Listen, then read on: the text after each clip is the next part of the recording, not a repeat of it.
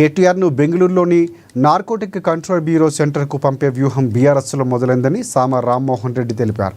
కేసీఆర్ తర్వాత ఆధిపత్యాన్ని చేపట్టాలని బీఆర్ఎస్లో పెద్ద వ్యక్తి ప్రయత్నం చేస్తున్నారన్నారు.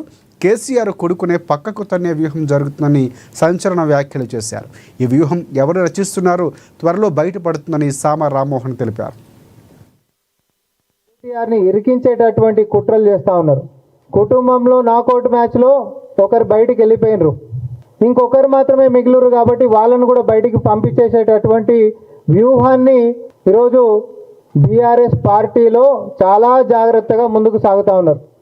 అప్పటి కేసులో ఆ స్టేట్మెంట్లో ఉంటున్నటువంటి పేరుతోటి ఎప్పటికైనా భవిష్యత్తులో ఇరకాటంలో పెట్టొచ్చు అనేటటువంటి దురుద్దేశంతో తద్వారా రాజకీయ లబ్ధి పొంది ఆ పార్టీలో ఆధిపత్యానికి వచ్చి పార్టీ పగ్గాలు చేతబట్టాలనేటటువంటిది నెక్స్ట్ కాంపిటేటర్ అయినటువంటి టాల్ పర్సనాలిటీకి మాత్రమే ఉంటుంది. కాబట్టి ఈ కుట్రల పాపం ప్రపంచానికి తెలియకుండా చేస్తామని చెప్పి అనుకుంటున్నట్టు, కానీ దురదృష్టవశాత్తు అన్ని విషయాలు బయటకు వస్తూనే ఉంటాయి.